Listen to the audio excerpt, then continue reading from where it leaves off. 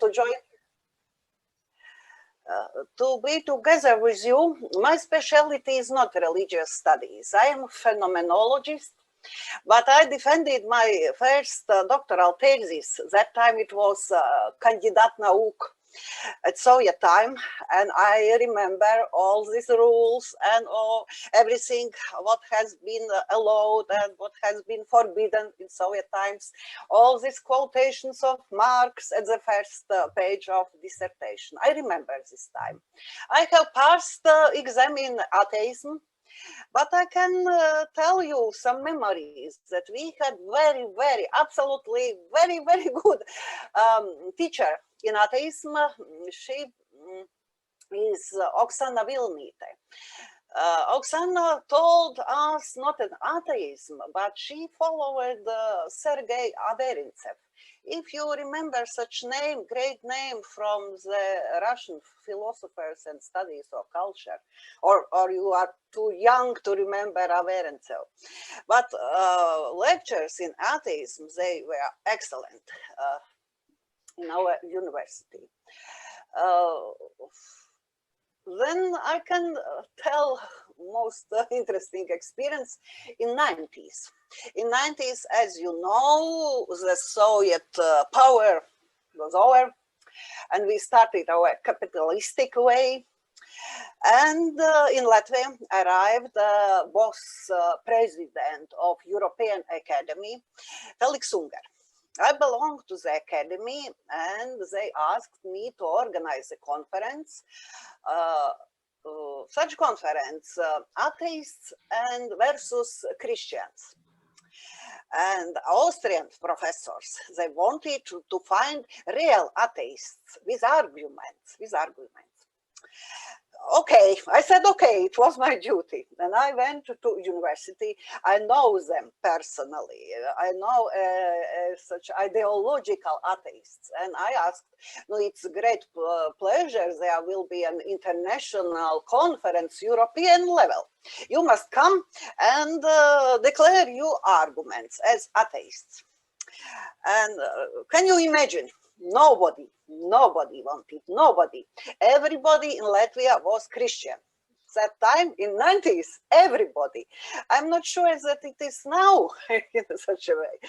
Not so many Christians, but that time we were only Christians. And the result was such that we changed the title of the conference and it was about national identity. It was in 90s, I remember, about 94, no, that time. Everything is going to change, of course. And for me, it's very interesting part in your conference that you are going to speak about atheism, about such kind of religion as Nikolai Berdyaev has said. It's some kind of religion of propaganda. There is not very serious arguments. The next thing, what I would like to tell you, we have very good department of religious studies in our institute, and the head is Solveiga. We are very thankful that she is so active and said she invited you. And we have 2 journals published which are devoted to religious studies. Solveiga must demonstrate such journals. They are very good. Her journal is included in Scopus databases, and you know how important it is for every scientist now. And the second journal what we have, it's Orthodox Church and Culture in the Baltics. There is such a problem. It was a very successful journal and we published it in Russian language. No, because it is about Orthodox, why not? We published it in Russian language, but now the head of the journal, and we must find some new chief editor, and we are personally me. I'm very interested to continue this journal, Orthodox in the Baltics. I hope that you Lithuanians, that you are now in our conference and you somebody from Estonia, that you are listening me and that you can help in some way. We are not going to lose such journal. We had third journal, it's ethnicity, but it is much more ethnical sociology journal, but we have two important journals about which I have told you now. What next thing what I liked when I looked to your program, that you interpret spirituality in very wide sense, and you are right. It's culture. It's form of thinking. It's the question of what is in the into our minds, into our society. And you have some papers in the program about art. I have been a teacher too in Arts Academy, and therefore it seems to me very interesting, because to my mind, at the Soviet time, art and painting and sculpture and cinema, it has been developed in a very good form. We have been winners, and photography, we have been winners not only in the Soviet Union, but already in Europe. And therefore, for me, it seems that to say that everything has been wrong in Soviet time, especially what we can say about philosophy and arts, it is not true. It is not true. There have been at Soviet time a good things too. I believe that your conference will not be only one-sided, but in general, of course, to my mind, Soviet time was very stupid, ideological and wrong system. It's my conviction. And therefore, I wish you a good success. Let's collaborate. Let's continue publication of books, of theses, of lectures, because when I am going to faculty as a professor, and I'm working with bachelor students and master degree students, can you imagine? They don't know anything about Soviet time. They have been born after 1990. And when I'm asking about something like about Lenin's philosophy, dialectical materialism, or such things, they are knowing nothing. They know something about Stalin, something from movies, but they have not knowledge, they have not feeling. What is that to live in the totalitarian system as we have experienced when I was young?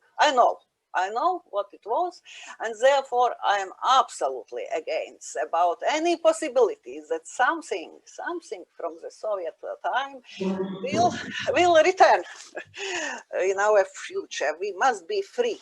We must be free, absolutely free from that. And therefore, many thanks, Olga, and many thanks to guests.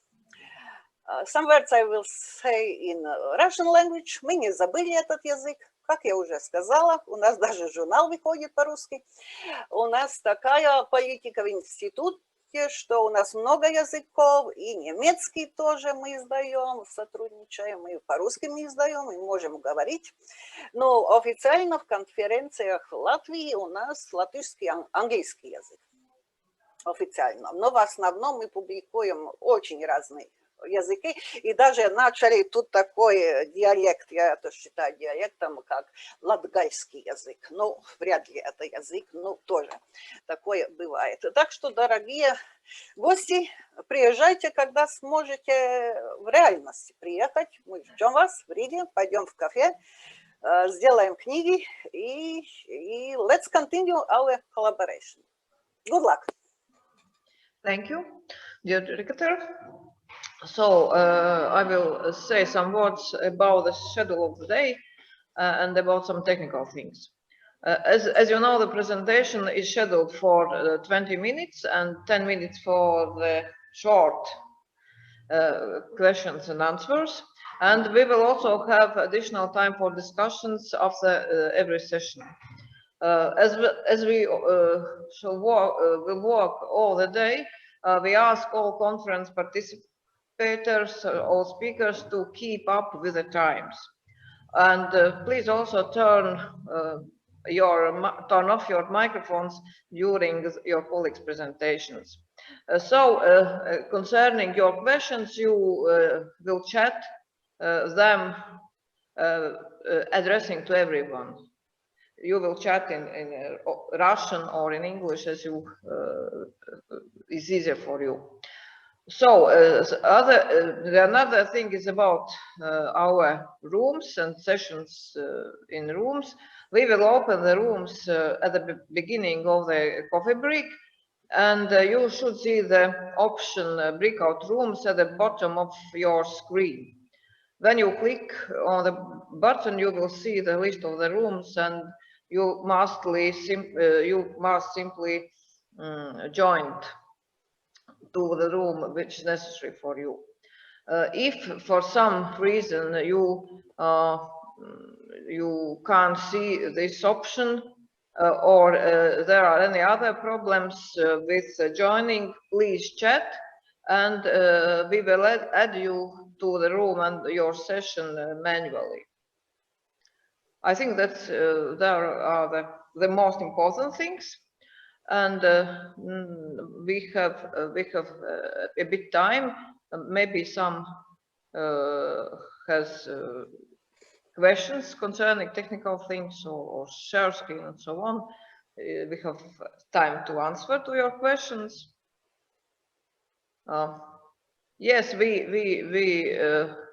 record all the conference because many of our colleagues from the USA and from the Basel, because there is another conference at the same time, they asked us for the records of the conference, and we will put these records also on our YouTube channel, so everybody will have the possibility to see your presentations after the conference. Yes, I see that there are no any questions. So I think that we will start our first plenary session. The moderator of the session will be my colleague, Dr. Laine Kristberga. Laine, the screen is yours now. Please start. Thank you for the virtual floor. I hope you can hear me well. Yes, so I will be the moderator for plenary session number 1. And we have 3 presenters, Mariana Shakhovic, sorry for the pronunciation, Shakhnovic from St. Petersburg State University, Russia. Then we have Agnieszka Halemba from Polish Academy of Sciences, Institute of Archaeology and Ethnology. And we also have Atko Remel from the University of Tartu, School of Theology and Religious Studies. We will start with Mariana Shakhnovic presentation, Scientific Atheism as an Ideological Construct and Educational Project from the 1950s to the 1980s. Please, Mariana. Dear colleagues, do you see my presentation? Not yet. Okay, moment please. Yes, take your time. Is it okay now? We still don't see it. A moment. I'm not so far from Riga in St. Petersburg, but the internet connection doesn't have any idea of it. So now it is loading. I think now it's okay. We still don't see it, but probably it's still loading. And because we still have some time, Okay. Yeah. Okay, I shall start. First of all, I'd like to thank the organizers of this interesting conference to invite me and to give me the possibility to make my presentation. Is it okay now or not? No, we still don't see it. What? It is terrible. Are you sharing the screen? Yes, I am. Yes. It tries to. Another option is that you send the PowerPoint slide in chat and I can do it for you as a moderator.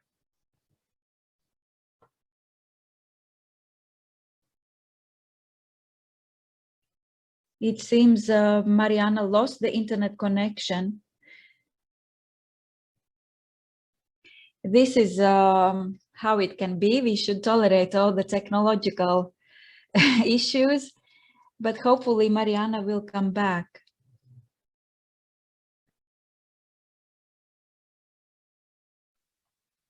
Yes, now we can see Mariana. Do you see it? Is it okay? The presentation, no, not yet. I'm sorry.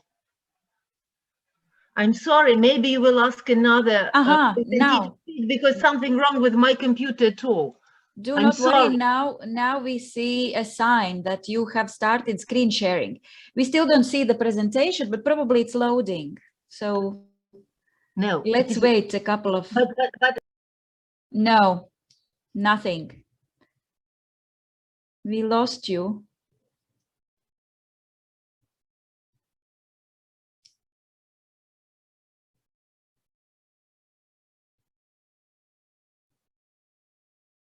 Mariana, I think Mariana is not present in this virtual room anymore. Okay, let's wait a little bit. There is also an option to change the presenters, if that's okay. But let's wait for a while.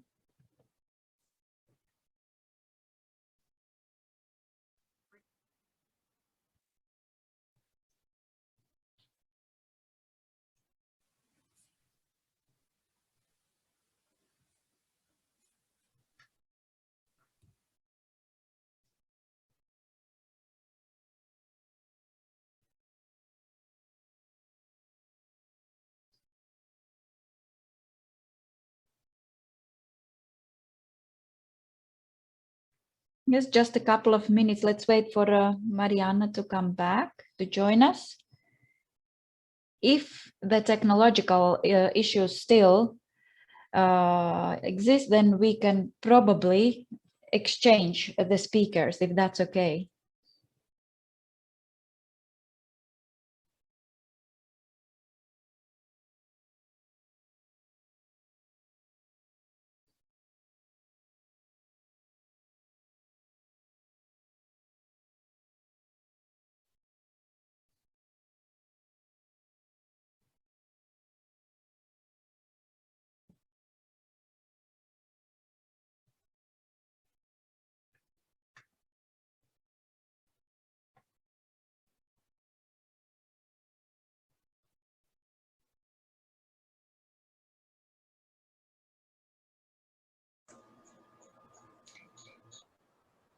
Yes, Mariana.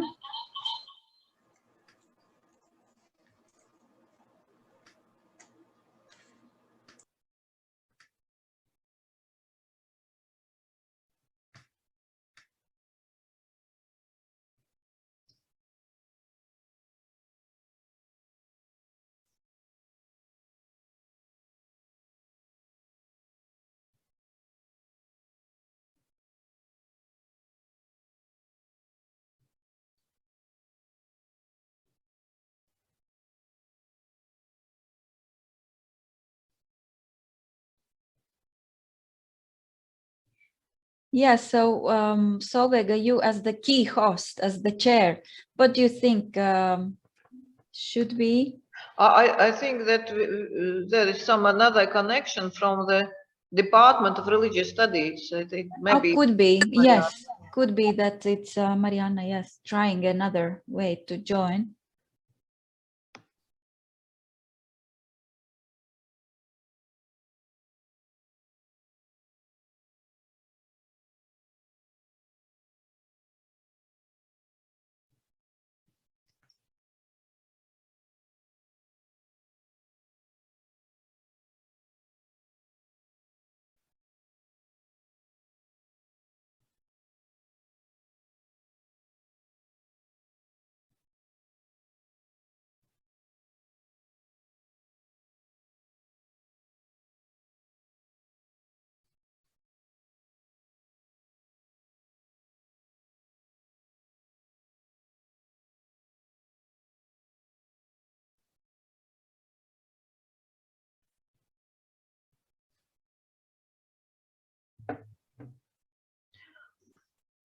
I think that perhaps we will ask Agnieszka Halemba to start her presentation, and then after Agnieszka to switch. Yes. Yes, to switch. Agnieszka, would it be okay for you to start the presentation, Ambient Faith and Religious Organization in Soviet and Post-Soviet Space? Yes, of course, it's up to you as organizers, although we still have 10 minutes to beginning of the talk by Mariana, according to the program. But, yes. If you wish, I can present. Of course, I'm here. I don't have a presentation, so okay. PowerPoint, so there won't be any technical problems. Okay. So you give me a floor, yes? This is. Yes, we think so, and then yes, we can deal with the presentation, sharing the presentation of Mariana a bit later. Thank you very much. It's pretty unexpected, and I'm a little bit apprehensive because I looked through the program, and most of the presentation concern really research which was done about the Soviet times, while actually my presentation concerns the conclusions or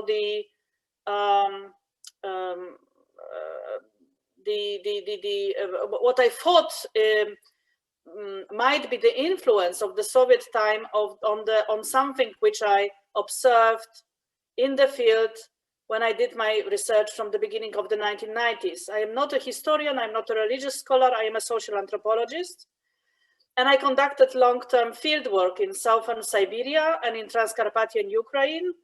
And I have also some experience of shorter visits to other parts of the former Soviet Union. The title of my presentation is Ambient Faith and Religious Organization in Soviet and Post-Soviet Space.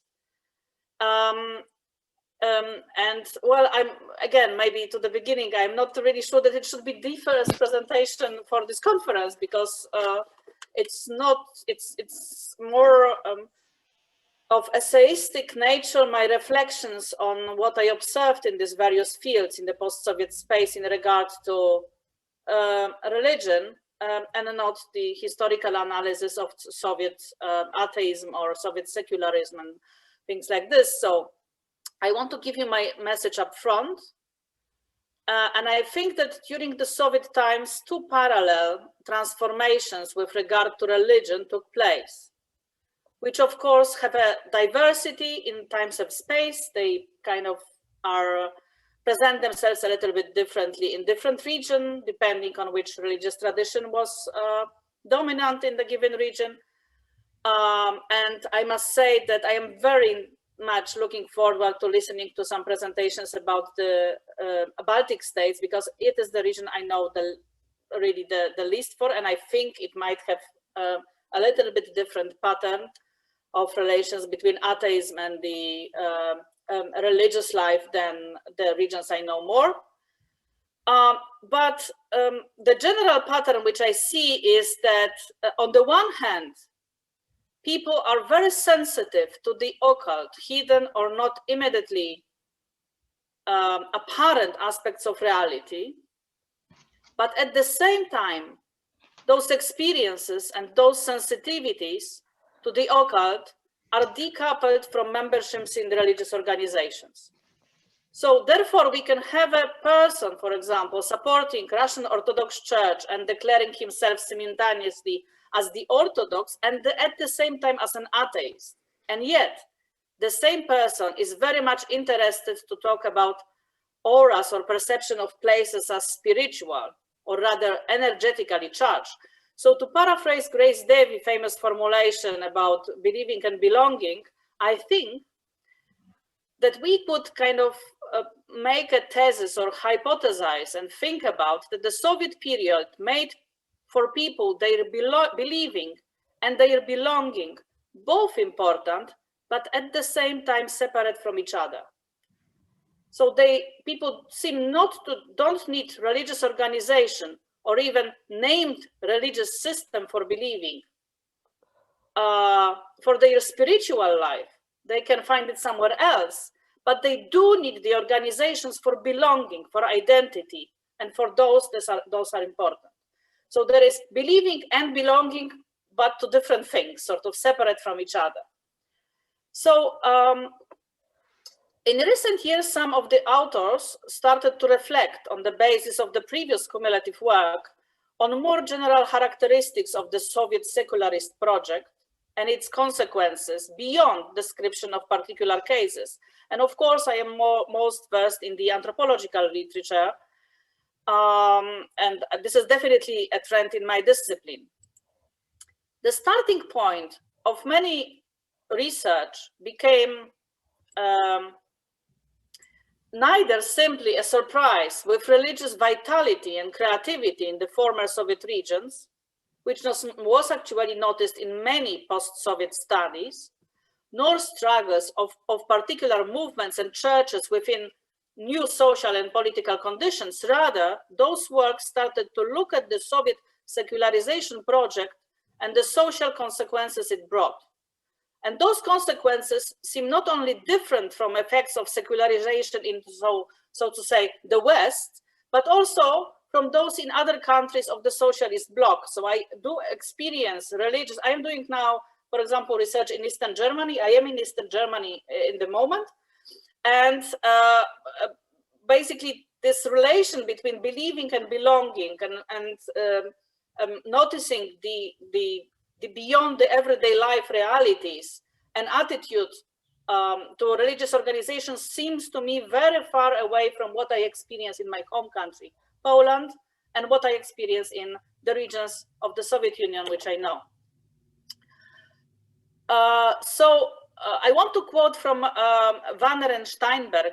They wrote, after 74 years of socialism, the book I'm quoting from is from 2008, Soviet society was not secularized in the sense of a diminishing belief in otherworldliness, nor has this been simply a matter of enduring religious mentalities.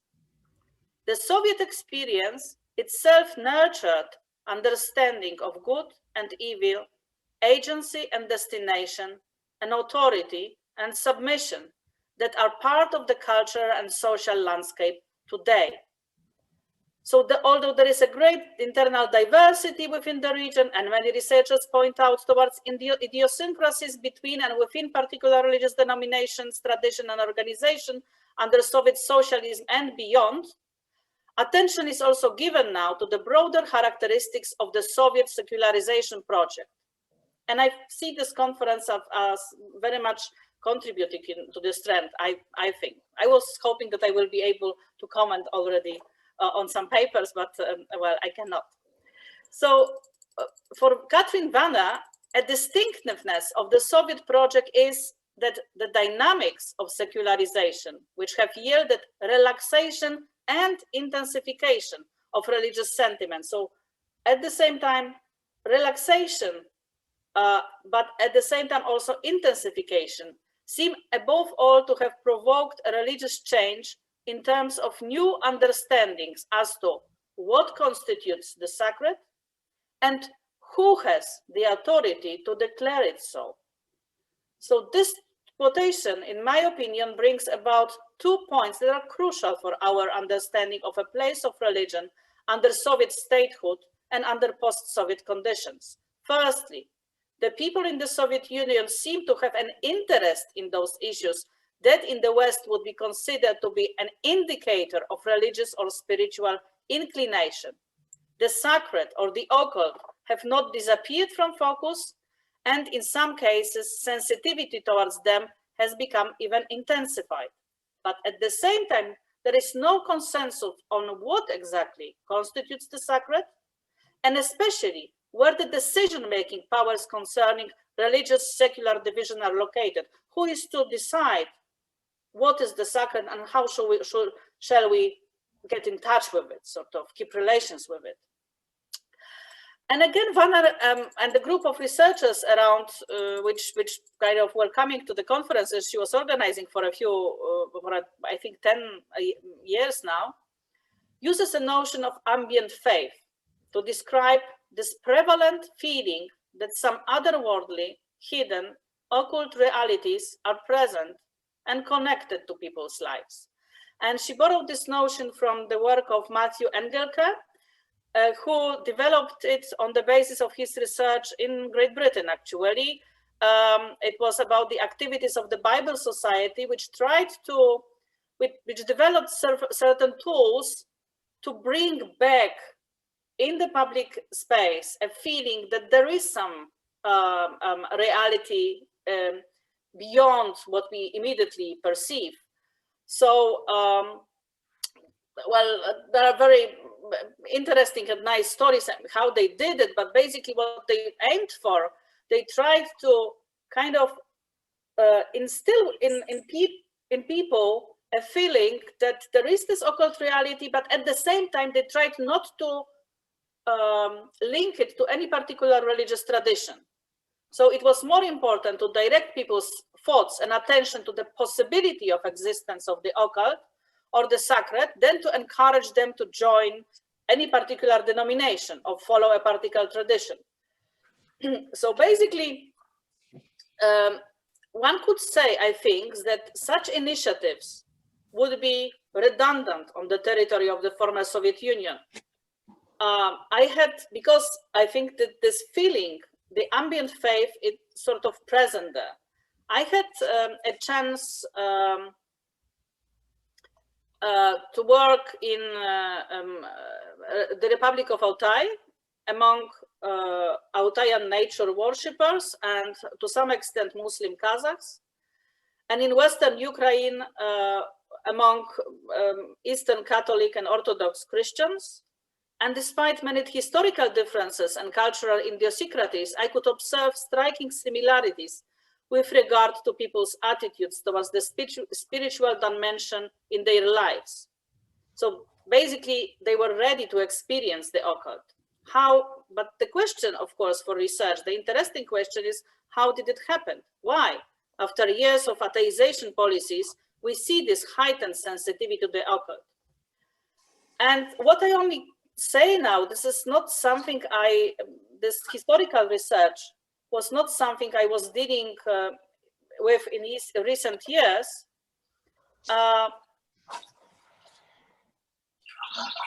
Okay, someone has a microphone on. I was just wondering if someone wanted to say something.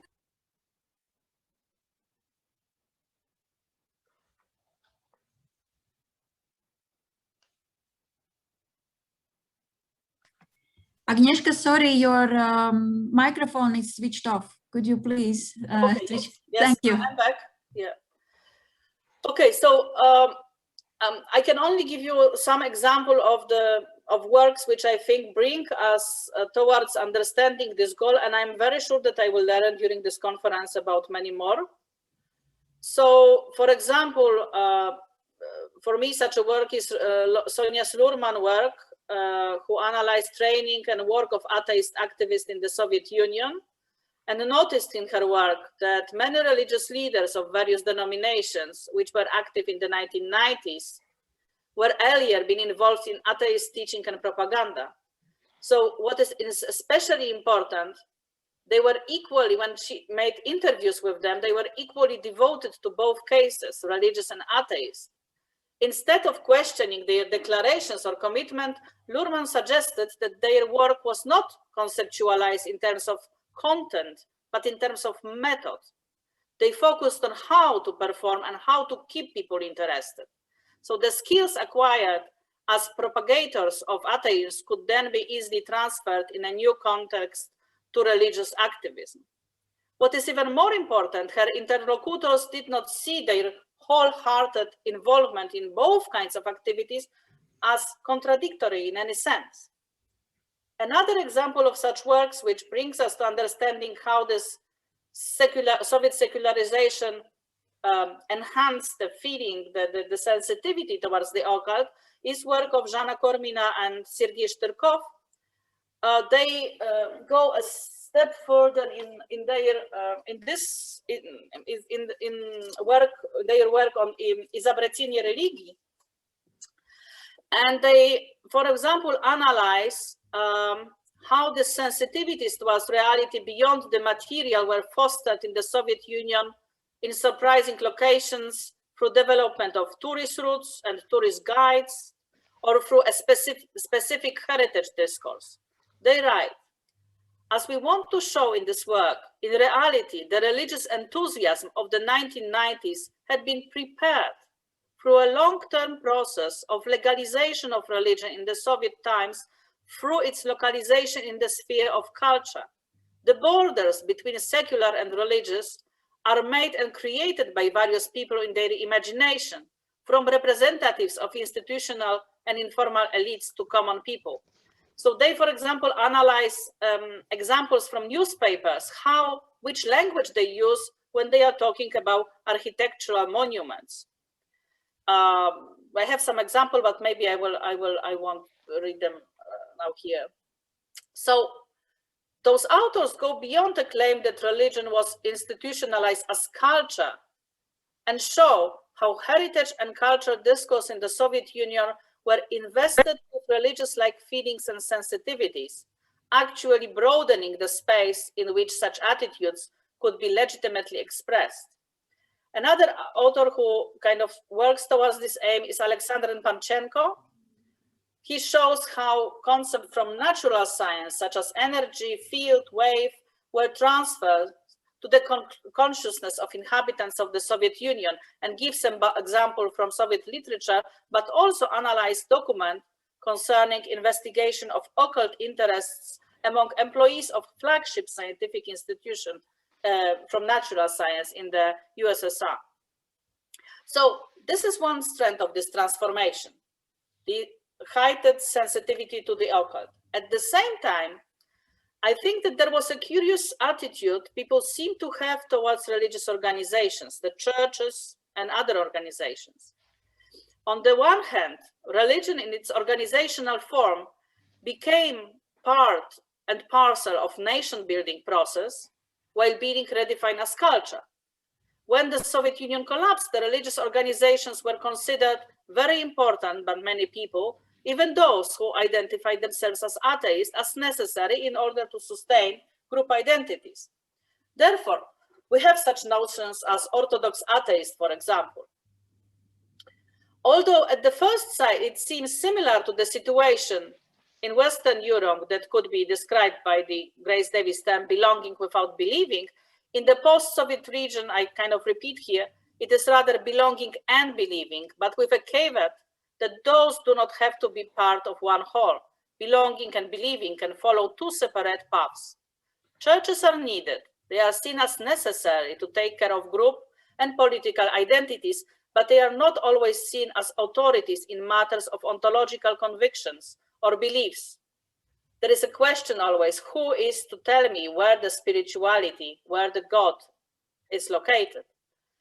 And this dimension has been overtaken by ambient faith, over which religious organizations seem to have so far a limited power. And my approach to understanding this phenomenon has been inspired very early into my research by a very brief article by Tamara Dragadze from 1993, in which she writes about the domestication of religion in the Soviet state. In her view,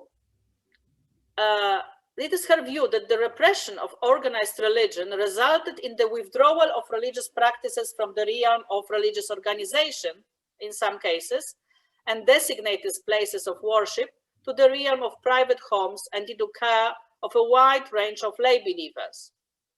In a situation in which access to religious specialists was limited or dangerous, lay people took on the responsibility for the survival and continuation of religious life, organizing and executing many religious rituals that previously had been under the control and supervision of representatives of religious organizations. And this sort of situation was somehow often interpreted as the confinement of religious life to the domestic sphere.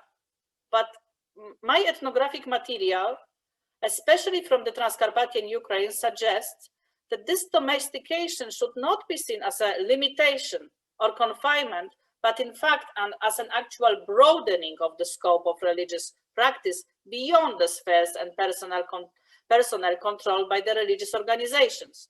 So at least in Transcarpathia, during the Soviet era, religious practices went outside the realm controlled by religious organizations.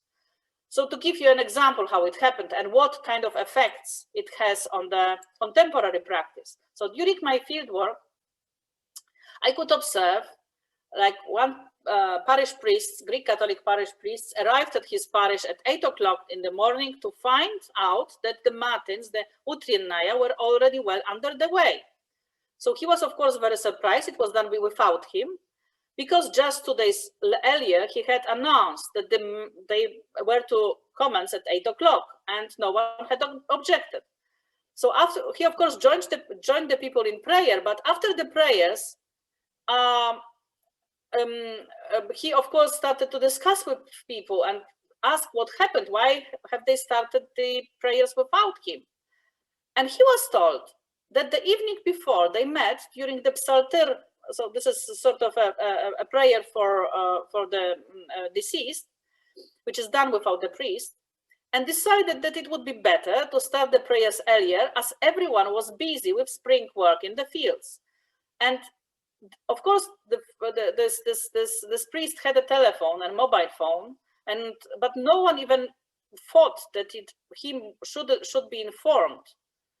The parishioners not only thought that seeking his opinion on the matter was unnecessary, but also they thought that there is no need to inform him of the change, although he was liked generally in this parish. They explained to me that after all, they celebrated the matins without a priest during the Soviet era, and sometimes even in the 1990s, the congregation would sing the matins and vespers without a priest if, for whatever reason, he was not available. So, and he was at this occasion, the pastor, the priest was told directly that it was none of his business and that the church committee, the Dvacatka, was the decision-making organ, not the priest.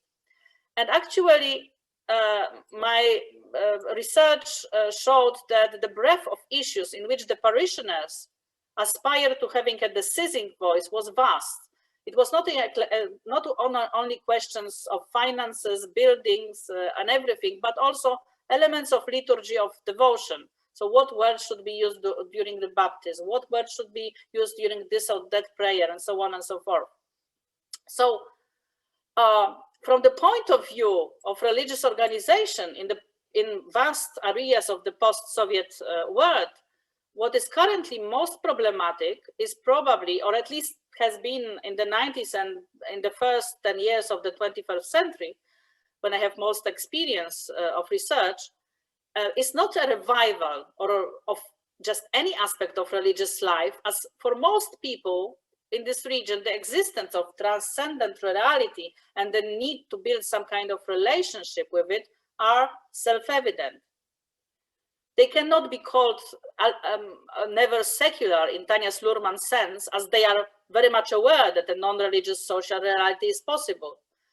But there is little space for the complete abandonment of religious life in their immediate social surrounding. What remains underdetermined is the exact shape of this religious life, especially in organizational terms. So from the point of view of religious organizations, the biggest challenge is to secure control over the religious lives of the people and over ambient faith. So to conclude, just one sentence. The Soviet period did not succeed in diminishing in toto the importance of religion in the lives of people, but it nevertheless seriously influenced the ways in which people see religious experiences, institutions, and organizations, and their own place in relation to them. Painting with a very broad brush, we can say, or we can hypothesize, that the Soviet secularization policies changed how people see a role of religious organizations, but at the same time strengthening personal sensitivities towards realities beyond the everyday and the material. Thank you.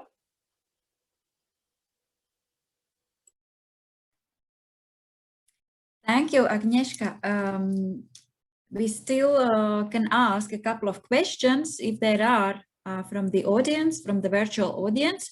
But if not, then we can return to the question part after the first plenary session. Would there be any questions? And there are no questions in the chat at the moment either. So probably, yes, we will wrap up the presentations at the question part, at the question and discussion part at the end of this plenary session. So now we would like to give the virtual floor to to Mariana Šapković. Mariana, you are here. Let's Yes, try. I'm here. Yes. Thank you very much, and excuse me again with because of technical problems. I shall try again. I'm sorry. Don't worry. It's okay. It's okay. I hope now it's okay.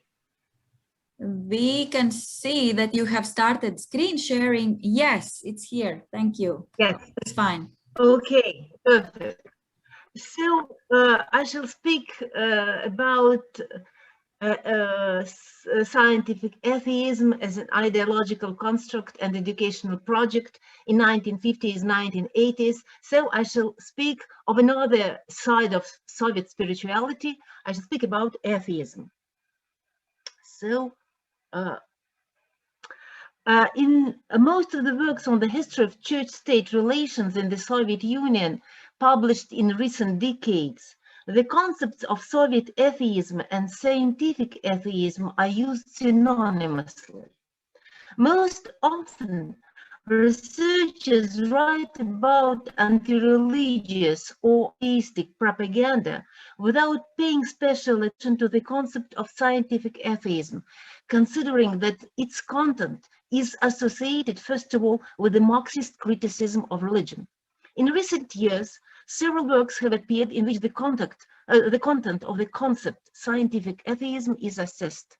Konstantin Antonov, in his articles, considers scientific atheism as a specific feature of the science of religion in the USSR, thereby emphasizing its ideological orientation and academic limitations. Catriona Kelly considers the peculiarities of the attitude towards religion and the church in the Soviet Union as a form of radical secularization.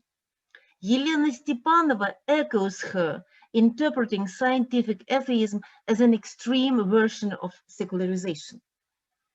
In 2018, a book of Victoria Smolkin, A Sacred Space is Never Empty, A History of Soviet Atheism, was published, in which the author, following Dmitry Pospilovsky's work, examines the history of Soviet atheism in the context of the confessional policy of the Soviet state.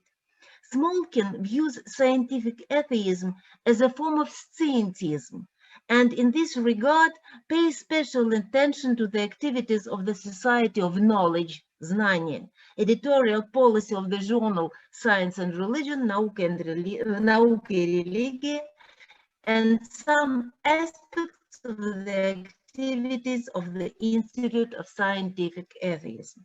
I consider scientific atheism to be the late ideological construct under the roof of which two forms of understanding of atheism coexisted.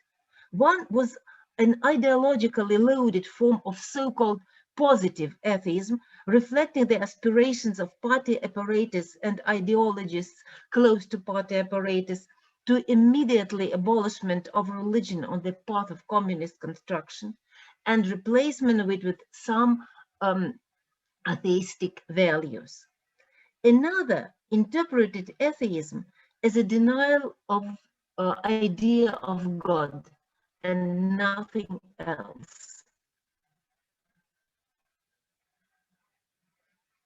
5 periods may be distinguished in the history of political work in the sphere of religion and church-state relations in post-Tsarist Russia. The first from 1917. It was a period of anti-religious, most often anti-church agitation, by the way, started by bourgeois provisional government in spring 1917. The second period started in 1922, since the publication of Lenin's article on the significance of militant materialism in which he pointed out the need to conduct tireless anti-religious propaganda. Party's course towards building socialism in the USSR brought about new transformations in the ideological work in the field of religion. At the end of the 1930s, the question of the transition from anti-church to anti-religious propaganda in deepening of educational work to the propagation of scientific knowledge about the world and man began to be raised. In 1944, the third period started, the period of natural science propaganda. The change in the ideological policy on the religious issue on one side led to the election of patriarch, the re-establishment of theological schools in Soviet Union, and the amnesty of a number of imprisoned clergymen, and on the other side led to the abolition of the Union of Militant Atheists, with the transfer of its educational functions to all Union Society for the Promotion of Political and Scientific Knowledge, known as Society Znания.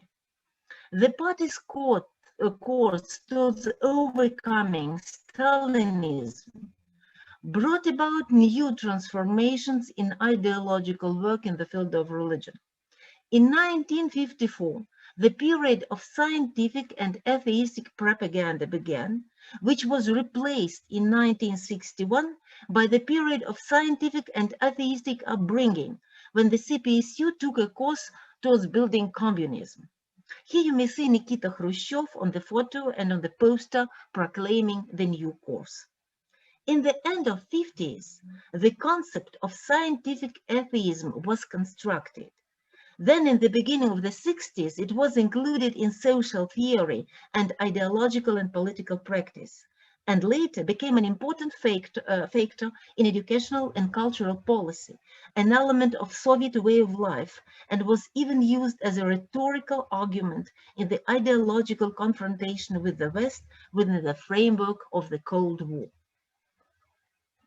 When CPSU declared that socialism in the USSR had already been built and should take a course towards building communism, ideological work was aimed at overcoming religious completely.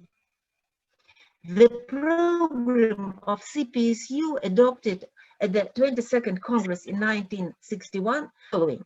In atheistic propaganda, I quote, in atheistic propaganda, one should rely on the achievements of modern science, which more and more fully reveals the picture of the world, increases the power of man over nature, and leaves no room for fantastic inventions of religion about supernatural forces. The end of quotation.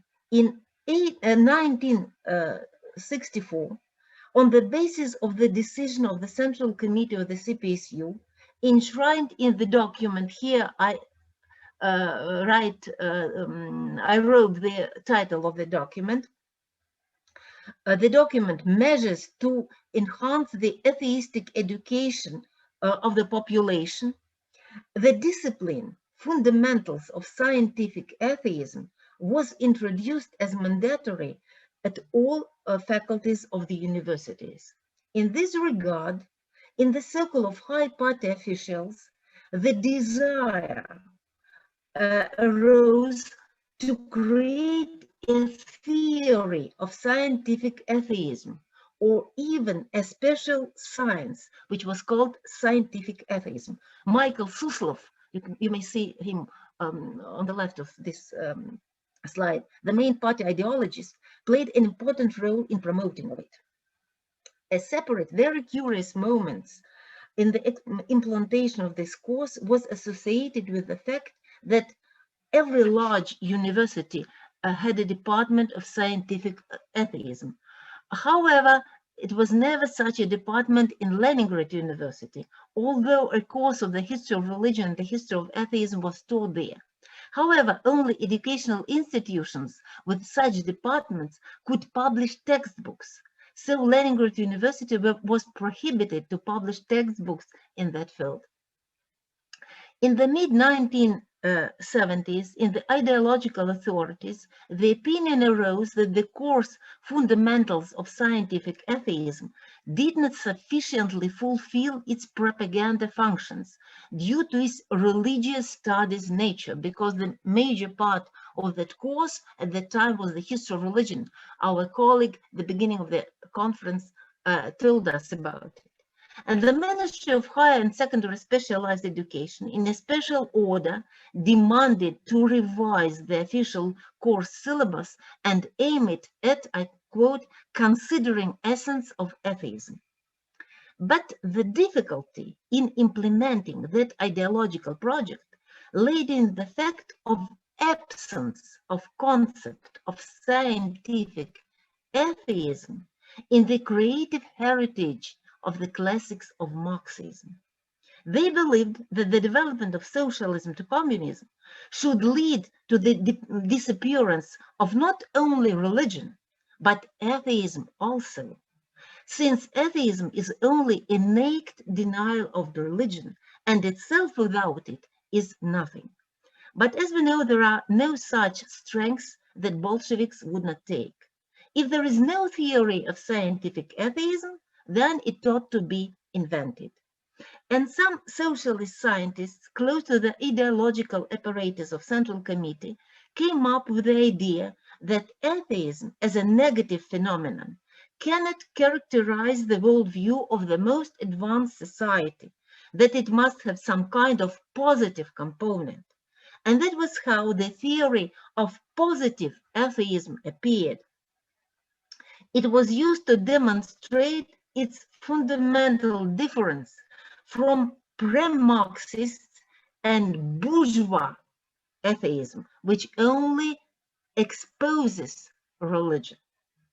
For example, the head of the Department of Scientific Atheism at Moscow State University, Mikhail Novikov, you know his book, maybe the people of my generation know the book Карманный словарь атеиста, pocket dictionary of atheists, published by Michael Novikov. Michael Novikov wrote that unlike, I quote, bourgeois free thinkers, the positive aspects of atheistic science are being investigated in Soviet Union, and materialistic concept of the historical process raised atheistic science to the qualitatively new level.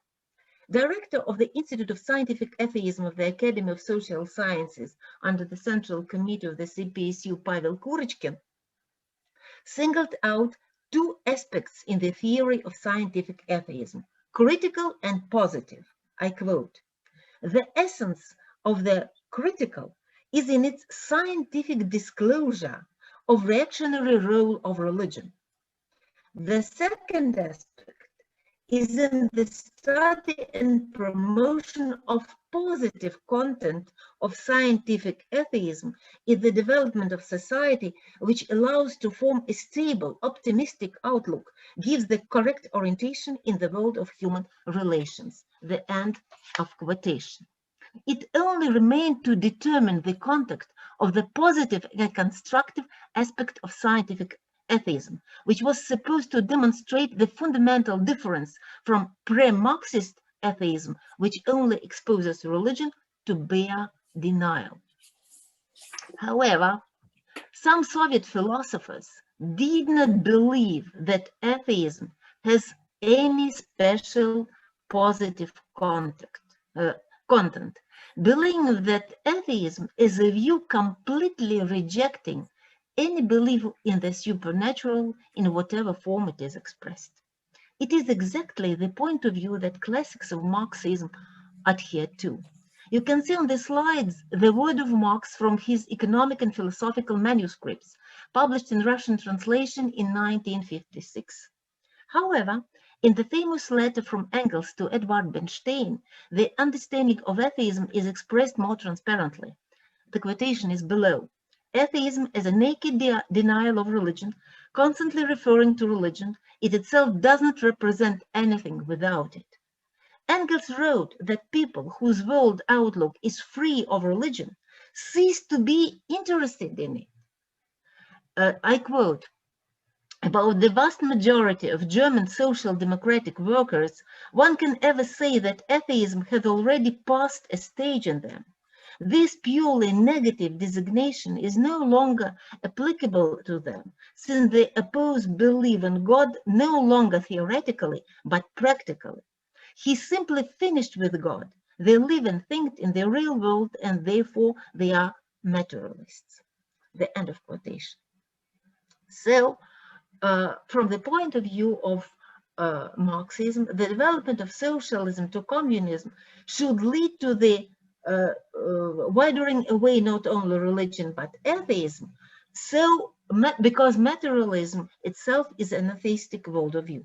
That's why the majority of the population of Soviet country who consider themselves to be indifferent are on real way to the communist society.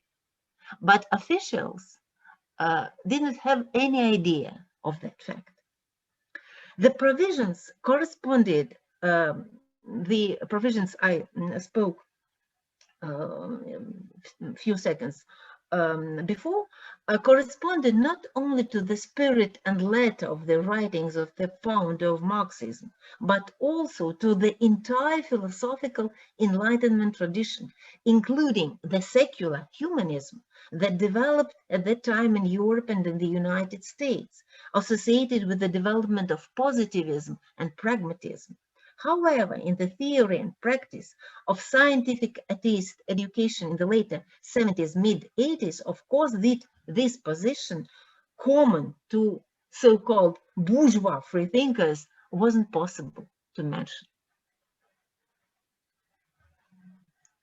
Denying any positive content in atheism, representatives of the second point of view believed that the so-called a society of developed socialism is a secular society in which science acts as the most important factor in the formation of naturalistic worldview.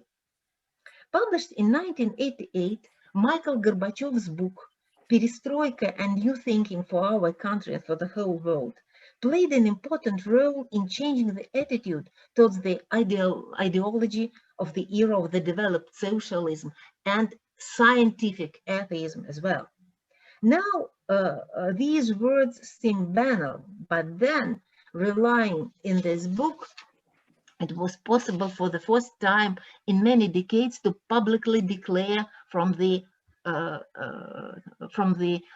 conference place, I quote, the idea of the unity of the world, despite all its contradictions of a single civilization, requires taking into account the religious factor of the spiritual life of mankind, a realistic analysis of the fact that out of 5 billion people today, approximately 4 billion are religious and 1 billion are atheists. Never before has the question of the unity of all peoples outside their relationships to the problems of religion been so acute. The interests of social development, universal human values, take precedence over to the interests of one or another class. Ideological differences must recede before the common destiny of the human race. Marxists do not renounce universal human ethical values if they originally existed in a religious form, do not renounce research in religion, not only in its class content. So, in 1988, the country entered a new period of relations between the state and church, believers and atheists. The era of developed socialism came to an end, as well as the era of scientific atheism, class approach, ideological approach, giving way to the freedom of conscience, secular humanism, and later new atheism, which is very popular now among the young generation of my people in my country. Thank you for your attention. Thank you, Mariana, for the very interesting presentation. Would there be any question? Yes, applause. Would there be any questions from the audiences? would you like to ask something now, or shall we keep the questions to the discussion part? Are there any questions? No questions. Yes, it's food for thought, a lot of reflections. Okay. Thank you very much for your attention. Thank you so much. It was very useful. Okay, then it looks like we could proceed to the next and the final speaker in this plenary session, Atko Remel, with the presentation entitled "Perhaps the Atheists Have Nothing to Laugh at Anymore: The Crisis of Late Soviet Atheism and in Estonian SSR." Please, Atko, the floor is yours. Thank you. Thank you. Can you hear me and see the presentation? Yes, okay, very good. Very well. Very good. And thank you also for inviting me to this virtual Riga. I'm also not very far from Latvia, actually. I'm just a couple of kilometers from the border. Okay. And the main questions I pose in this presentation today are that how did this atheist establishment in Estonia respond to this new situation that became apparent in the late 60s? And the other thing, I think that could be more like a topic for general discussion later, that has been already mentioned a couple of times before, is this diversity of this Soviet experience also in respect to religion. So this is a reference to what is known as Baltic exceptionalism, which I will talk a bit more later. So the background of the situation I'm going to talk about is this Khrushchev era anti-religious campaign, which initiated the changes in legislation in about religion, and also created propaganda apparatus that disseminated the knowledge on atheism, and mainly through lectures by Societies Znania, but also through party system, and also by in media. And also since it was a bit the earlier militant attitude during Khrushchev era was redefinited into scientific atheism, as we just heard. But actually, in Estonia, the attitude itself was still quite militant, at least in the lectures and in media articles. But most importantly, what changed were new Soviet rituals, and actually Latvia and Estonia were among the first of Soviet republics to implement them. For instance, the first name givings in Latvia were in 1954, and the youth summer days, which were to replace confirmation, Lutheran confirmation, were initiated in 1957.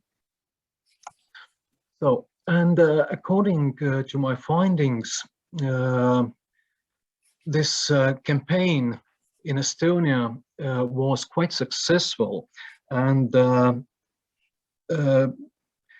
year that the churches broke, I think it could be considered 1963, and after the campaign, it all sort of silenced a bit, but this mainly meant that this whole system just operated in a bit more tacit manner. So it could be also called routine repression. So both sides, both churches and the state system, were sort of used to their role. And still, the main focus in atheist propaganda was on new Soviet rituals.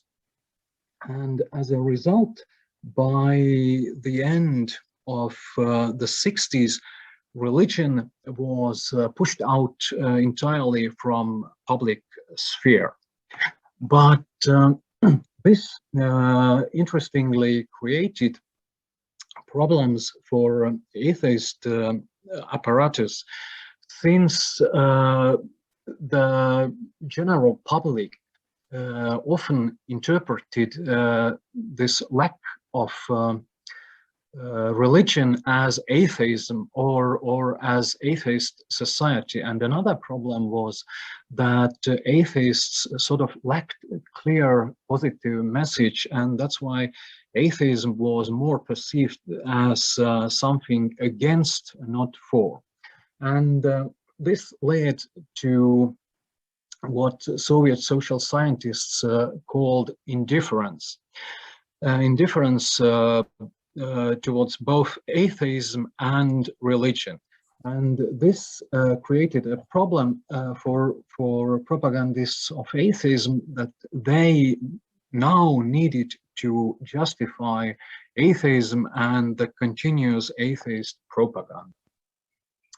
And according to Estonian archives, the first signs of this changing situation appear in the late 60s. In 1968, where in the discussion over the fall of the total numbers of lectures on atheism in a Znania scientific methodological board for atheism, the participants admit that there is a stagnation in atheist thinking, and one of them proposes that perhaps atheists have nothing more to laugh at. So, and then this criticism over the stagnation of atheist argumentation and general atheist establishment continues through the 70s and actually also in the 80s. So and this is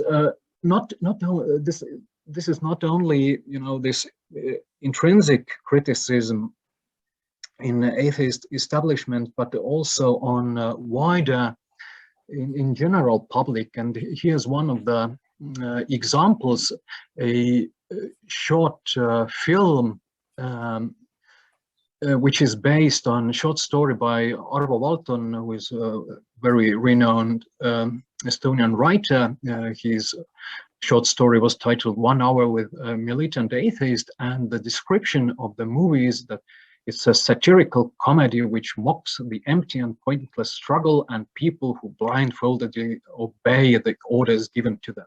And the idea of the movie is that there are two people, one atheist and an ordinary man, who sit in an abandoned bus stop in the middle of nowhere and have a conversation about whether there is a God or not. And then the atheist says that actually there is no God, and man asks, but why should I believe you? And the atheist says, because I'm active, because I influence you. So it's a Soviet version of influencer. And how this Estonian atheist establishment identified the problem is that they criticized these new Soviet rituals. So, but since it was considered the best method for combating religion to cut out its religious traditions, and that's why the main bulk of the lectures on atheism delivered by Society Znania were also on Soviet rituals.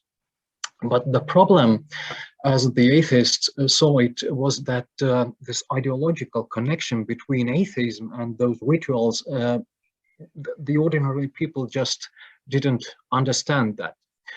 But just like Professor Shachnovich just explained, this change into this positive message of atheism, due to this, the atheist establishment felt that there is a need to explain this positive part to people. And what they feared the most was this indifference, which undermined their own position, the idea that Soviet society needs constant atheist propaganda in order to keep up this ideal of atheist consciousness. So, and then indifferent population was seen like this source pool where both parties, both atheists and religious worldviews can draw their followers. And they start to complain that these new rituals begin to hinder atheist propaganda and its philosophical part. So these are these three tasks that were behind them, or in front of them: how to justify atheist convictions, how to fight indifference, and how to achieve this balance between new Soviet rituals and philosophical justification of atheism. And they came up with solution that kills three in one blow: more philosophical justification of atheism. And what actually changed this, there is almost no original atheist production in Soviet Estonia, and they mainly repeated this so-called general Soviet argumentation about the positive contents of atheism. And silently, this attack on religion that characterized this anti-religious propaganda in the beginning of 60s, it changed into disguised apologetics. And explaining why there is a need for continuous atheist propaganda. And quietly they distanced themselves from this Khrushchev-era anti-religious attitude. And for instance, in the texts, they started to use the words like atheist propaganda or atheist explanatory work, and then criticized the texts that were produced some 10 years earlier, and also introduced a new buzzword, the questions of life, meaning morality, death, suffering, and so on, and try to underscore this life-affirming attitude of atheism.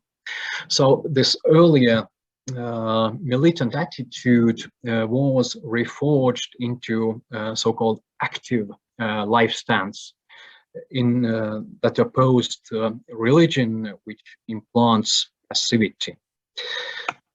And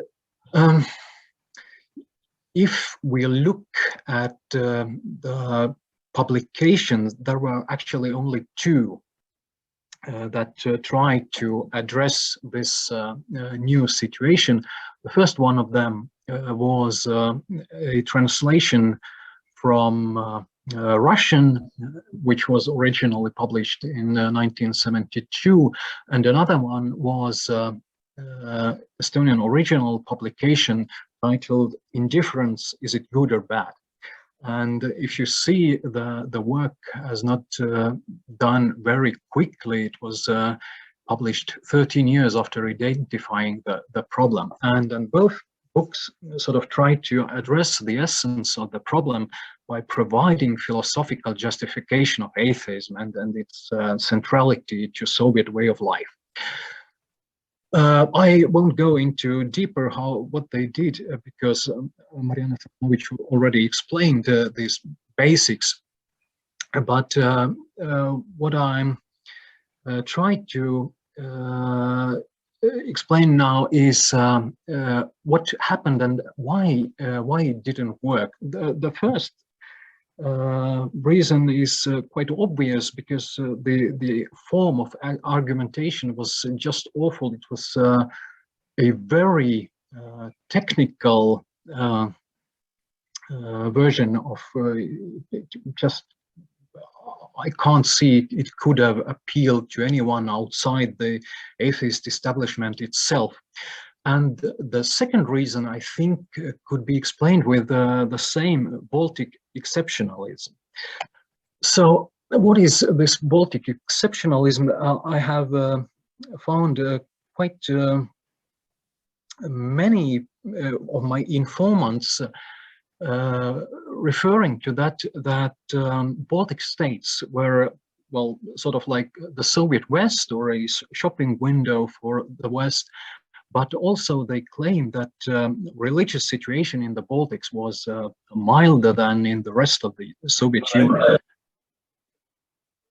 And also, sorry? Yeah. No, I did try and ring you, and I saw that you were engaged. So. Oh. Okay, I will try to continue. Also, I've seen a reference to an idea that the Baltic states were sort of a test field for a mild religious policy. The last claim is definitely not true, but still there was something to it, and I think this milder religious situation in the Baltics, or at least in Estonia, was a result of weak churches. They subdued quite quickly to the Soviet repressive system.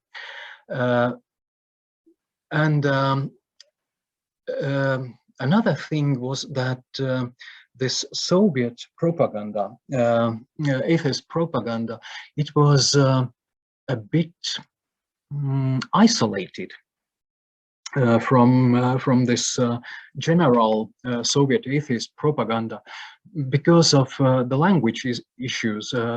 Estonia was a largely non-Russian speaking region, and historically Lutheran, and according to these former activists of atheism, this rendered most of the Russian language texts on atheism unsuitable for local context, and thus this atheist propaganda in Estonia entirely depended on the activity of local activists of atheism. What is interesting that actually the concerning religious legislation, since the legislation was sort of semi-secret, both the people who were in the places in towns, they were sort of unknowledgeable about the exact borders, what is allowed and what is not, and they often interpreted it in a more stricter terms that the law said, and on the premise that everything concerning religion is forbidden. But at the same time, the atheist propaganda in Estonian Republic was entirely secondary, and it was also seen by the decisions of Central Committee of Estonian Communist Party. Most of the decisions on atheism just copied the party decisions that came from Moscow. And that's why this Republican Committee of Atheism that was created in 1962, it was born dead, it never started to operate. And that's why the main sort of forum for atheism became this scientific methodological board under Znanje.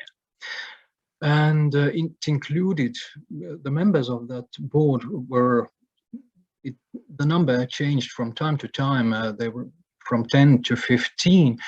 But what was the problem? They just talked. They had no official power to do or change anything. And in the beginning of 60s, they were quite active, but their meetings became more and more formal by the late 60s.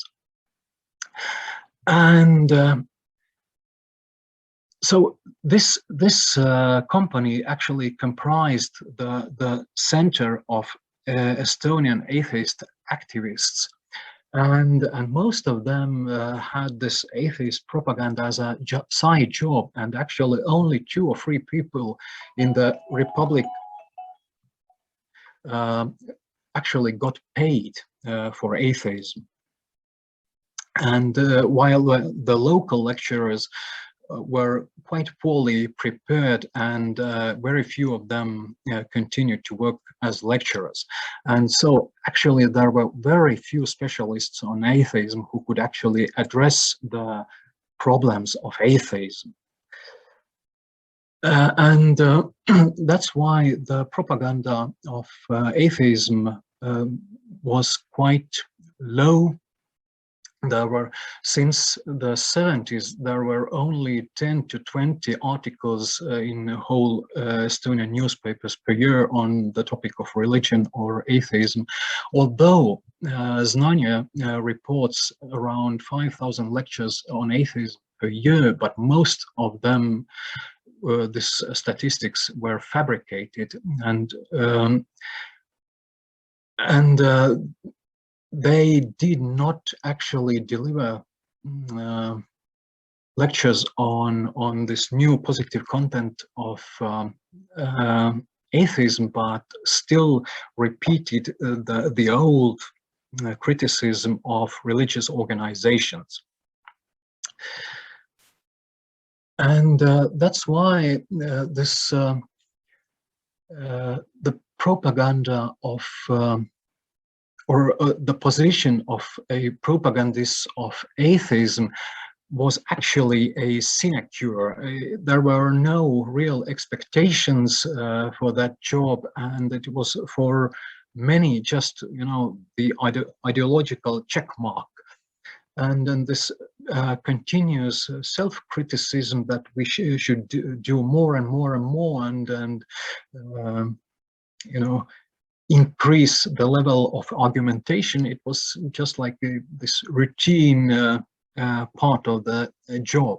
And what was interesting, if you look at the texts and reports, they were not fighting against religion, they were fighting against the churches. And they continuously compared the statistics to church statistics. Well, we have the churches have so many baptisms, we have so many name givings, the churches have so many lectures, we have so many, the churches have so many services, we have so many lectures, and so on. And since the late 60s, there is a clear signs that they try to win by numbers. So in order to just suffocate the churches with atheist lectures. And so my conclusions are that since this atheist propaganda was still seen as the fight against churches, and the churches actually already subdued in the 60s, this rendered the atheist propaganda in Soviet Estonia rather unimportant. And most of the propagandists of atheism were not interested in changing their argumentation. And that's why they implemented the tactics of Sun Tzu. So if you wait by the river long enough, the body of your enemy will float by. And I was told quite exactly the same by one of my informants, who was a very high-level lecturer of atheism in Estonian Republic. So he said that since the 70s, we just had to sit and watch religion to die out, but this process was interrupted by these political changes in the late 80s. So thank you very much.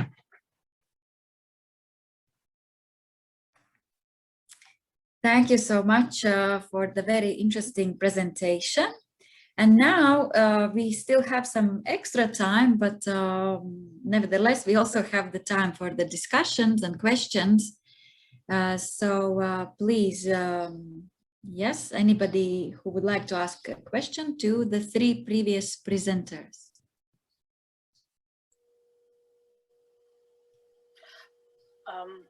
Yes? I am not sure how to raise a hand, so virtually, so I'm raising. Okay.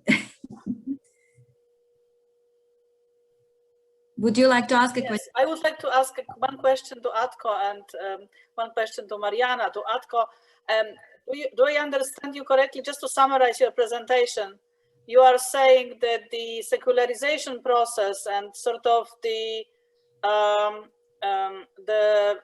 lowering of importance on religion in Estonia was not related to atheist propaganda, but happened for other reasons. Is this your argument? So I mean, and to Mariana, you had a picture in your presentation by Lev Fomichev, the Soviet science. Could you give more? This is fascinating a picture. I never seen it. Could you give us a little bit more background about this picture? Thank you. Professor Shasnovich, you go first. But please switch us on the mic. Yes. So it is very interesting picture. I shall try to return it. No, I don't try because I'm afraid. You see, that picture is was done by Lev Fomichev, who was the artist. Oh, thank you very much. You are very kind. It is very kind of you. So I shall show it. Yes. This picture was done in the beginning of the 18th of the last century because the museum, State Museum of the History of Religion, was ordered by the Minister of Culture and by the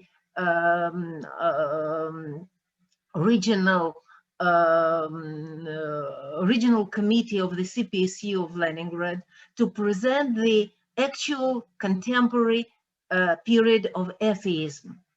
And the idea of the museum, the group of museum curators was to present the so-called Soviet way of life, where the science, for instance, and new civic traditions played an important role.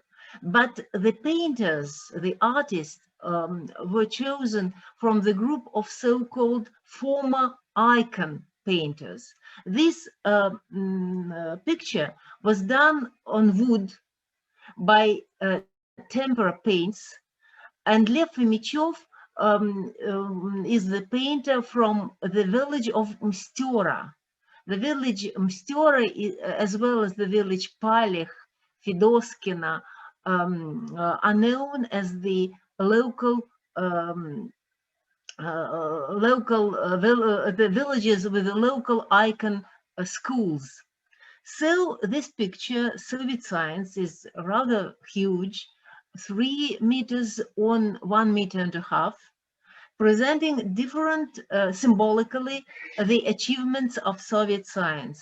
Here you can see the Moscow University, the cosmonauts, the science symbolically is presented as a women in white clothes.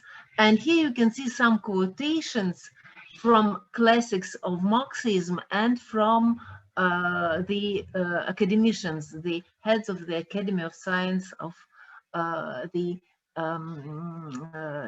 Soviet Union. Recently, half a year ago, I made a presentation concerning that visualization of scientific atheism in one conference which we held by Zoom with our colleagues from Germany, with Leipzig University. So there are 6 such panels in the Museum of the History of Religion, and some of them are presented in the exhibition, and some of them were presented during the international exhibitions of the Museum of the History of Religion. But originally, they were presented in Kazan Cathedral in Leningrad, when the Museum of the History of Religion was located at that time. But at the time of Perestroika, they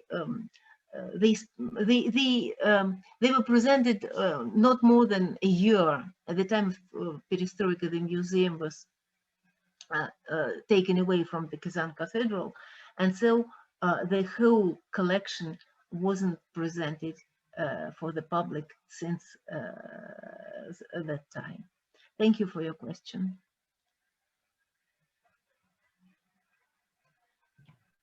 So my question was, thank you very much. It summarizes very well what I wanted to say. So the question was whether the secularization in Estonia is due to other reasons than atheist propaganda. Yes, I think so. I did a research on different generations of unbelief in Estonia a couple of years ago. So I interviewed people and then from the older generation who had this Soviet experience, I asked about what they remember and how was it. And the first thing, everybody told me that, oh, Soviet era, it was, you know, full of atheist propaganda and so on. And then later during the interview, I asked them how many atheist articles they have read or how many lectures on atheism they attended. And most of them said that none or one during their lifetime. So actually the reach of atheist propaganda was quite weak, and then people sort of perceived that as a cultural norm. And I think in relation to Estonian secularization, what they achieved and what I also referred to in my presentation was this lack, almost complete lack of religion in public space for around 20 or 25 years, since the beginning of 60s until the end of 80s, which I have termed religious gap.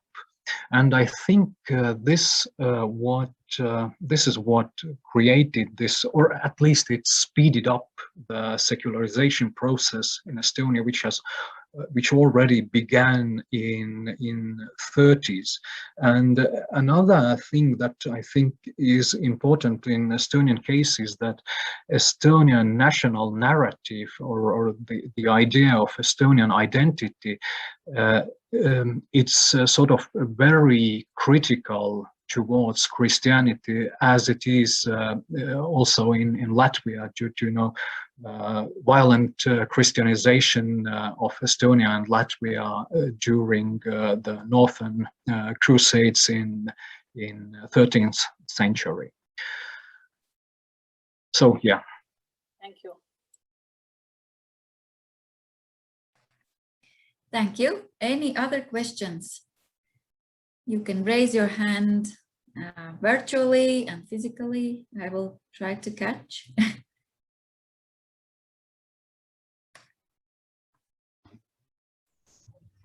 Maybe then I could ask a question which probably is more like a reflection on the presentations that were heard so far. I would probably like to ask what were the consequences of atheism, of atheist ideology straight after the collapse of the USSR. Why I'm asking is because we are doing research on Homo Sovieticus. Sorry, I will switch off the microphone. We are doing the research on this social experiment of raising a new human breed of Homo Sovieticus. And recently, actually, a film has been released addressing this question. And the hypothesis is that actually there are consequences of this experiment and that there are certain traits, characteristic traits that can be evident in these post-Soviet generations. So coming back to the question on atheism, what do you think? Are there also like real consequences of this ideology and propaganda that was carried out so intensively in Russia and maybe to a lesser degree in Estonia? But do you think there are consequences? Yes, I mean, if I can, I mean, this is what I try to say in my presentation. I think that they are.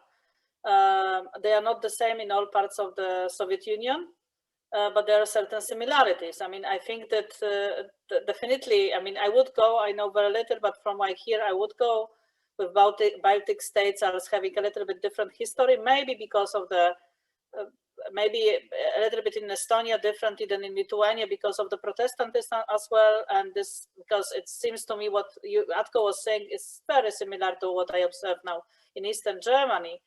But I think this picture, why I asked about this picture, is that basically the form of this picture, right? I mean, it's really fascinating that over and over again, one can see the efforts to bring the atheism or scientific worldview to the fore using means, using tools which we know from the religious sphere.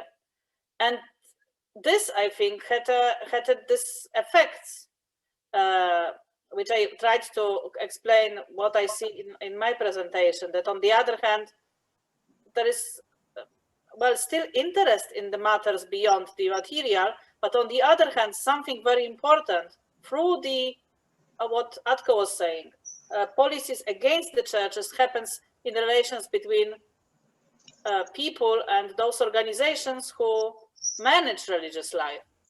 And the historical works basically shows me, I mean, I am an anthropologist, I observe the results precisely. And I'm learning from you what are the reasons for this, what I observe, so to say.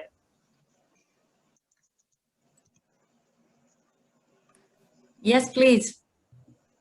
You see, you pointed out a very interesting question. And in the field of Russian history, it is more vividly, it is possible to see more vividly because the Baltic countries have very short period of Soviet times and we have a very long period of times. But it doesn't matter. Propaganda is a very active tool, but we need to see what we have in Russia prior to 1917. And it is very important to understand that the trend for secularization was very vivid at the time. It goes without saying that we had anti-clerical movement in Russia at that period. And we have very huge opposition to the political clericalism in Russia prior to 1917. It goes without saying that intelligentsia was secular. They are not even atheists, but they are positivist in their view, in their belief of science as the new instrument of solving all the questions. That's why we can see even in Soviet times, actually, while speaking about 1920s and 30s and that period of Khrushchev reforms, two trends. Those who are dated back to that enlightening process, which we had, for instance, in Europe, in France, for instance. Yep. And another group of political activists who opposed, first of all, religion as a political institution. That's why the most interesting group is that indifference, which Atko told us. It is the so-called of silent majority, which is in Soviet times was secular.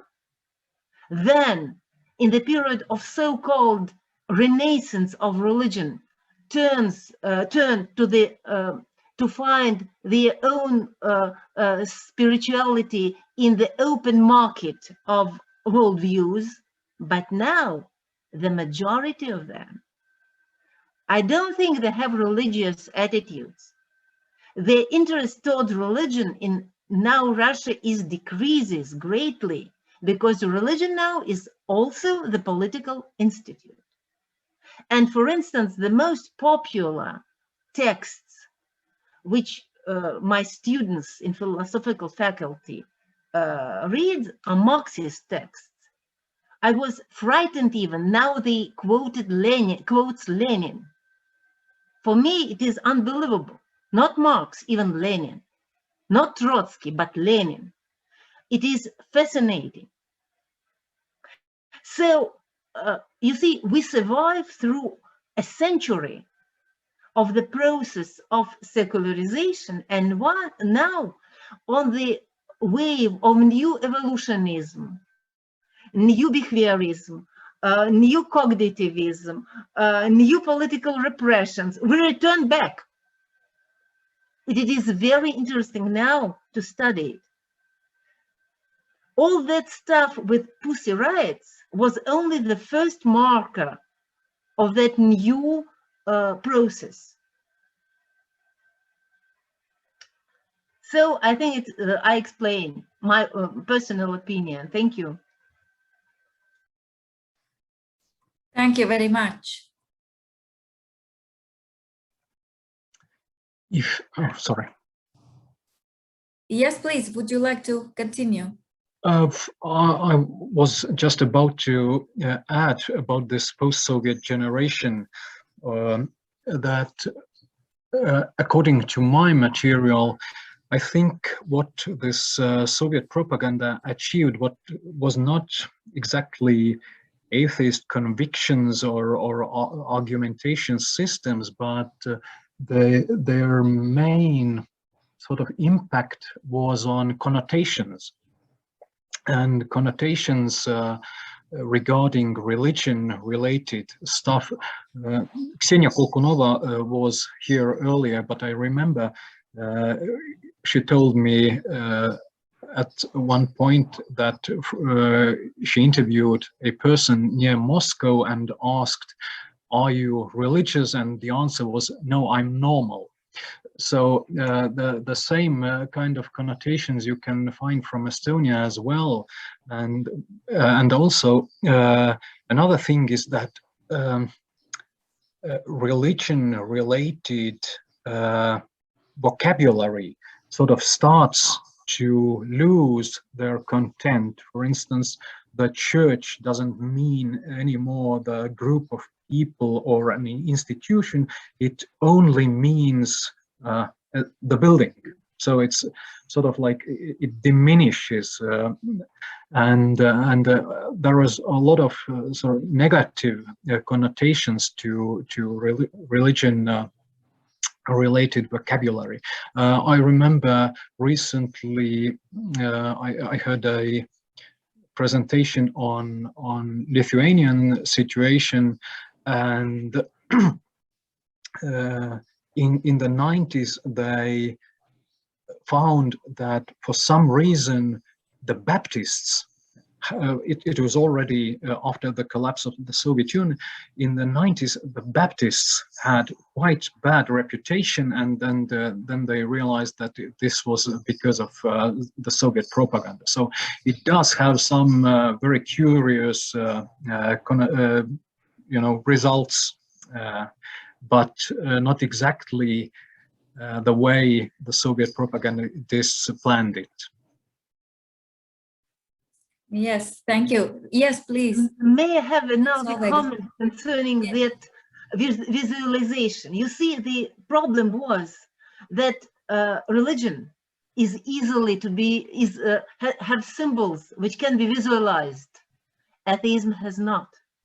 That's why, speaking about the so-called Soviet atheism, the museum curators needed to find some symbols which were filled with another essence.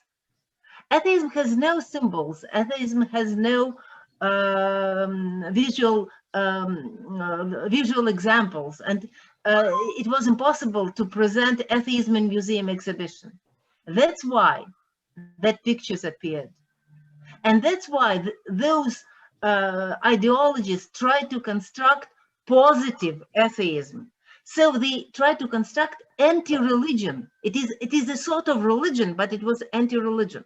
And a lot of books were published about that. I have no time to discuss it, but there was atheistic deed, for instance. Mm-hmm. What is it, atheistic deed? To deliver atheistic lecture, for instance. Atheistic ritual. It is impossible to have atheistic ritual, but they point out. So that's why I'm considering that it is ideological construction which have no connection with real philosophical aspects of atheism, which is just the denial of the idea of God, nothing else. And to Marx, who was himself the pupil of Hegel, the thesis, antithesis, synthesis, theism, atheism, and then nothing, without any religion or atheism. Thank you. Excuse me, I'm very... Thank you. Thank you a lot. Yes, Solveig and then Agnieszka. Thank you for very interesting presentations. I have some short notes and corrections. First, about word naming ritual. We have not such a word naming ritual in Latvia. We have a feast of childhood, which is something different. And there's another connotation. It's one short correction. The second is that, yes, I don't say that we have very weak anti-propaganda in Latvia during the 1680s. Because we had very, very strong anti-religious propaganda against Roman Catholic Church. Because Roman Catholic Church, it will be one of the strongest church during the Soviet period with very, very strong leaders. And the anti-propaganda against this church was very strong and very scientific, because one of the leaders of anti-religious propaganda was Zygmunt Balevits, who was relative of the Archbishop of the Roman Catholic Church, and who was historian and very, very clever historian, and very well informed about the inner situation in the Roman Catholic Church. And the third, my note is concerning the Baptists. The negative attitude to Baptists in Latvia was not connected with the Soviet time. This negative attitude was already between the Second World War in 20s, 30s.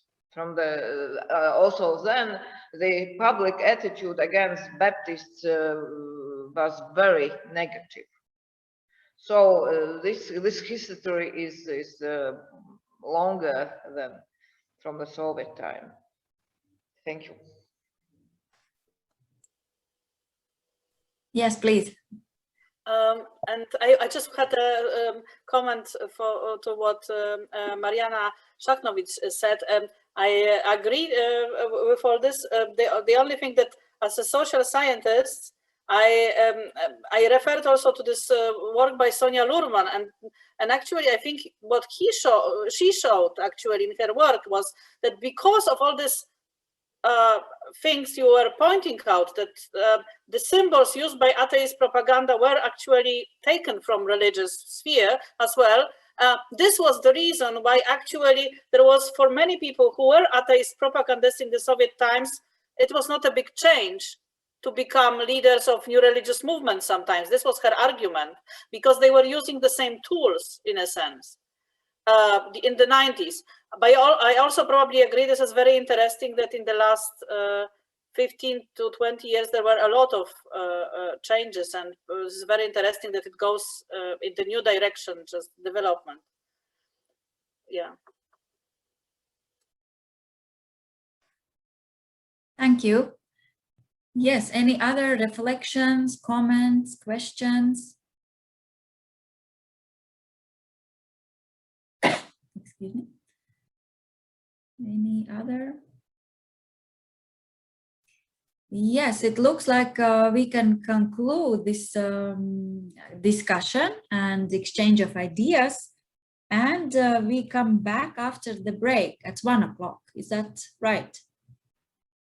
Yes, and we will open the rooms after some minutes. And so, if you have any problems to join to rooms, please chat, and we will help you and add you manually. Thank you, everybody. Thank you. Thank you, and see you all in a while.